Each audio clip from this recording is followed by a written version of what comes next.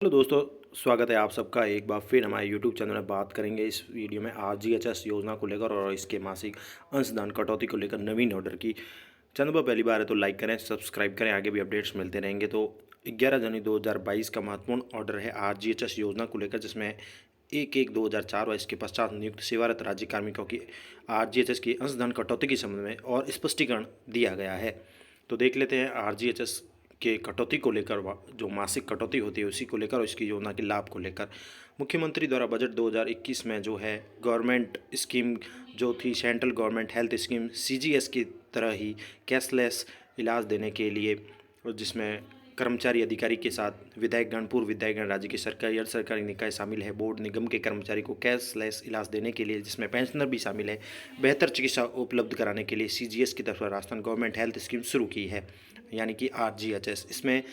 योजना के तहत नगद विहीन यानी cashless indoor day care outdoor चिकित्सा की सुविधा प्रदान की जा रही है। इसी को ध्यान में रखते हुए दिनांक 1 जुलाई 2021 से नगद विहीन इंडोर व डे केयर चिकित्सा लाभ व दिनांक 1/11 यानी 1 नवंबर से नगद विहीन आउटडोर चिकित्सा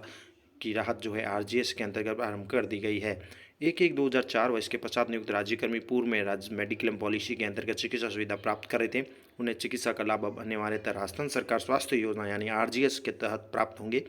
इन कार्मिकों को आरजीएचएस के अंतर्गत पंजीकरण करना अनिवार्य है। इसके साथ ही बता दें आपको कि दिनांक 1/1/2004 व इसके पश्चात नियुक्त सेवारत राज्यकर्मी राज्य मेडिक्लेम बीमा पॉलिसी व आरजीएचएस में से किसी एक का विकल्प भी चुन सकते हैं।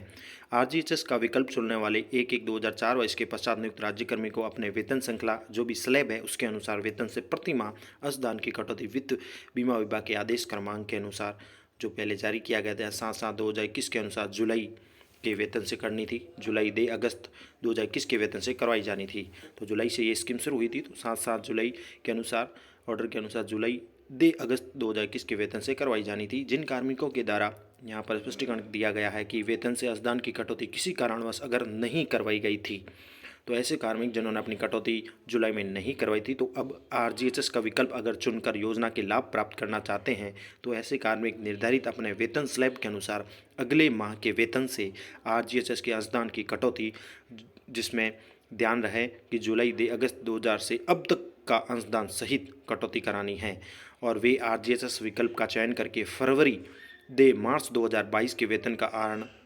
तक कर सकेंगे। यानी अगर फिर भी कोई कर्मचारी बचता है जिसने पहले कटौती नहीं करवाई है और अब आरजीएचएस का लाभ प्राप्त करना चाहता है, तो वो व्यक्ति या वो कर्मचारी जो जुलाई दे अगस्त से लेकर अब तक के वेतन की कटौती करवाते हुए साथ ही फरवरी दे मार्च 2022 तक के वेतन का आहरण तक कर सकेंगे। यानी फरवरी के वेतन जो बनता है, मार्च जो मिलता है, मार्च 2022 तक के वेतन में अपनी आरजीएस कटौती करवा सकता है, और फरवरी दे मार्च 2022 के पश्चात आरजीएस में शामिल होने के लिए अंशदान कटौती स्वीकार नहीं होगी। यानी आप फरवरी की जो सैलरी बनती है तब तक अगर कोई नया कर्मचारी आरजीएस का विकल्प चुनता है तो चुन सकता है, ये गवर्नमेंट ने छूट दी है, और उसमें भी उसको जुलाई से लेकर सभी जो माह बीते हैं उनके अंशदान की कटौती भी करनी होगी। तो फरवरी दे मार्च 2022 के पश्चात आरजीएस में शामिल के लिए अंशदान कटौती फिर स्वीकार नहीं होगी। विकल्प पत्र भरने वाले कार्मिकों की जुलाई 2021 के वेतन से अनिवार्य अंशदान कटौती भी करना अनिवार्य है। यह आहरण वितरण डीडीओ का दायित्व होगा। यदि किसी कार्मिक के द्वारा आरजीएचएस कटौती बंद भी की जाती है तो उसे आरजीएचएस का किसी प्रकार का लाभ देय नहीं होगा। जुलाई 2021 और दे अगस्त 2021 से अब तक की संपूर्ण अंशदान की प्राप्ति हुए बिना लाभार्थी अगर आरजीएस के अंदर लाभ प्राप्त करने के पात्र नहीं होंगे। तो जुलाई का जो वेतन बना था, जुलाई दे अगस्त से अब तक जो संपूर्ण अंशदान की प्राप्ति हुए बिना अगर कोई आरजीएस का लाभ प्राप्त करना चाहता है तो उसे आरजीएस के अंदर लाभ प्राप्त करने के पात्र नहीं होंगे। इसके साथ ही स्पष्टीकरण है कि 7/7/2021 के पश्चात नवनियुक्त कार्मिकों के लिए भी जो आरजीएचएस का विकल्प चुनकर योजना में शामिल होना चाहते हैं, वे अपने डीडीओ यानी आहरण वितरण अधिकारी को इसका एक विकल्प पत्र प्रस्तुत करके प्रथम अपने वेतन से आहरण माह से ही आरजीएचएस अंशदान की कटौती करवा सकते हैं। वित्त विभाग के स्पष्टीकरण आदेश 20/7/2021 के अनुसार यह भी स्पष्ट है कि परिवीक्षा काल में अंशदान कटौती जो होगी उनके निश्चित यानी नियत वेतनमान के स्थान पर जिस पद पर उनकी नियुक्ति हुई है उसके मूल वेतन के अनुसार निर्धारित स्लैब के अनुसार करवानी है। तो नवीन कर्मचारी जो लगे हैं जुलाई 2021 के पश्चात, उनके लिए भी यह स्पष्टीकरण है कि परिवीक्षा काल में उनके अंशदान की कटौती जो है फिक्स वेतनमान जो होता है उसके स्थान पर जिस पद पर उनकी नियुक्ति होती है उनके मूल पद के अनुसार, यानी उनके मूल वेतन के अनुसार, उनका जो बेसिक होता है मूल वेतन के अनुसार जो निर्धारित स्लैब है उसके अनुसार ही कटौती करवाई जानी है। साथ ही जिन सेवारत राज्य कार्मिकों का वेतन पे मैनेजर से या प्री पे मैनेजर पीडी के माध्यम से आहरित होता है उनके अंशदान कटौती ई ग्रास चालान के माध्यम से स्वीकार नहीं होगी। ये भी स्पष्टीकरण है कि कर्मचारी जो अपना कह सकते हैं अंशदान मासिक कटाते हैं, अगर देरी होती है तो राज्य कर्मचारी जो प्री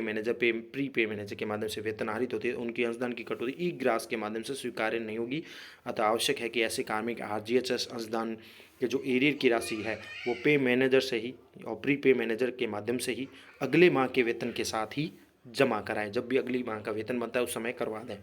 तो ये महत्वपूर्ण ऑर्डर थे आप सभी के लिए। अंशदान कटौती को लेकर आरजीएचएस योजना को लेकर एक स्पष्टीकरण है अंशदान की कटौती को लेकर समस्त कार्मिकों के लिए। Thank you.